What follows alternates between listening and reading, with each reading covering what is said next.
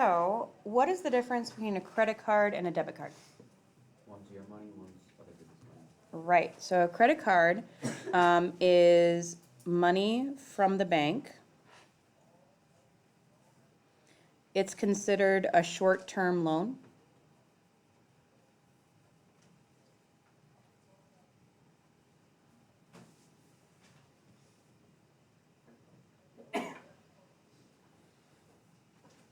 You pay it off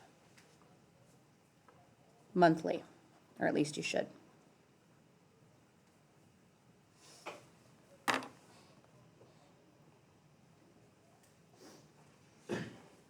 Who's allowed to have a debit card? Anyone above 18? Yeah, anyone, almost anyone. You don't even have to be above 18. Sometimes you have to have your parents sign off on it, but a debit card is different from a credit card. You don't have to apply to have a debit card. A debit card is what I'm talking about. A debit card, you don't have to apply to have a debit card. This is connected to a checking account.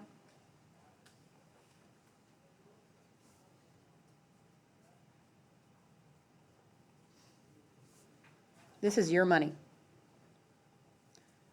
Any bank will give you a debit card. Not every bank will give you a credit card. You have to apply to get a credit card because technically it's a loan.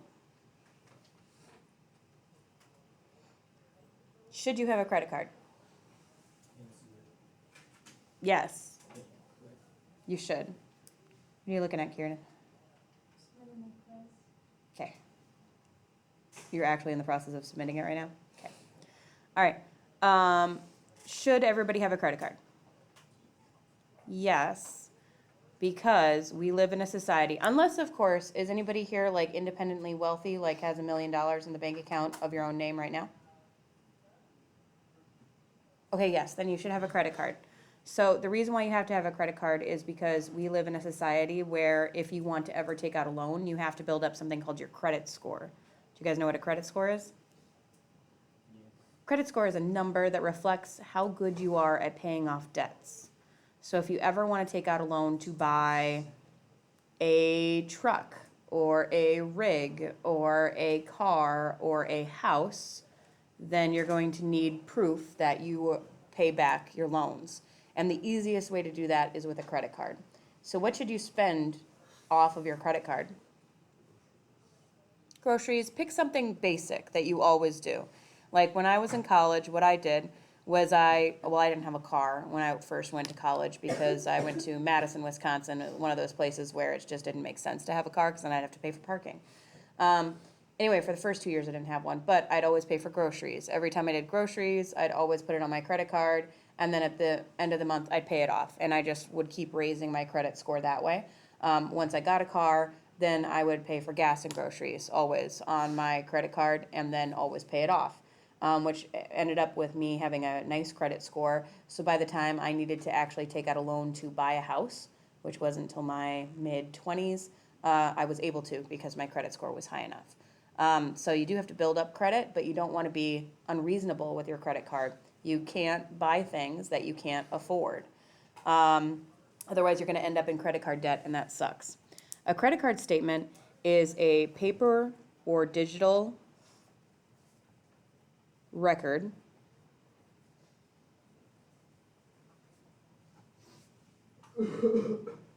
of what you bought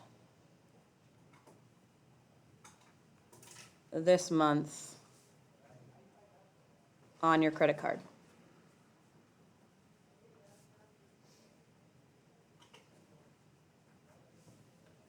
You can still have a credit card statement sent to you every week, but usually banks will actually give you a discount if you go paperless and just do digital stuff now, so they don't have to send that kind of stuff to you. If you go to the notes that I gave you, we're done with the vocab now. If you go to the notes I gave you, this is what a credit card statement looks like. And I thought what we could do is we could write out what everything is. So this up here, this is your bank account number. This isn't your credit card number, it's your bank account number. They're different things.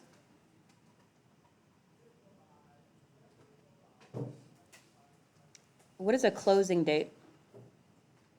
For the last charge. This is not necessarily the last charge, usually it's the end of the month. So it's the last day on this bill.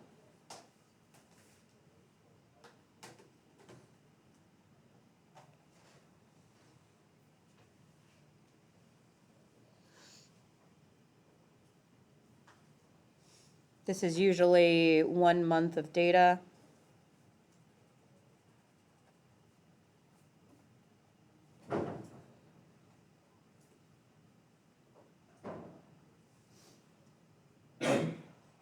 Looks like this person has a credit line.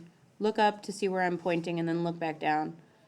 Do you see how the total credit they have available is $500? That's how much, not available, that's how much they could spend on their credit card. How much money can you usually put on a credit card? I'm correct. Depends on how good you are at paying it off. Usually they'll start with $500 or $1,000, and then once you've proven that you're paying it off, then you'll get like a letter in the mail that says, hey, we've upped it to $3,000, now you could spend more money. Does the credit card company want you to spend more money? Yeah. Yes, do they want you to pay it off on time?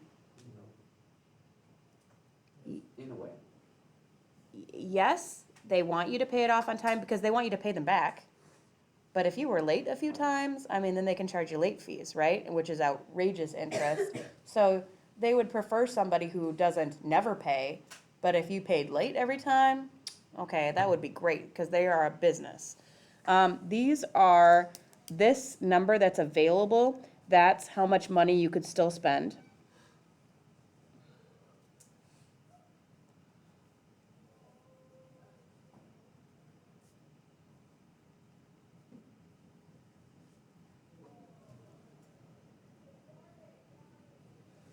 And this right here, these are the details of what you spend. So these are your purchase details. What happens if you look at your credit card statement and there's things on there that you didn't buy? Credit card fraud. Credit card fraud. And does that happen often? Yeah. Yeah, it's happened to me. I didn't have my credit card stolen, but all of a sudden there were like all these charges from like, I don't remember where they were from, for like medicine and stuff. And I reported it to my credit card company like immediately, and they were like, okay, thank you, we'll take care of it, and they refunded my money. When would they not refund your money? If you're the one spending it. If you what? If you're the one spending it. Well, yeah, if you're the one spending it, that's true. But also if you don't contact them. So if you don't call them and say, look, I was looking at this and this, I didn't spend this money, or you realize it like a year later, they're not gonna refund that. But if you realize it usually within a month or two, they'll usually refund your money and figure it out. All right, this is called an APR. This is your annual percentage rate. This is the interest rate they can charge you.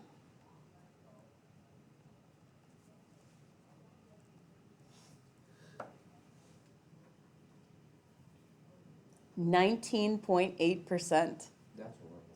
That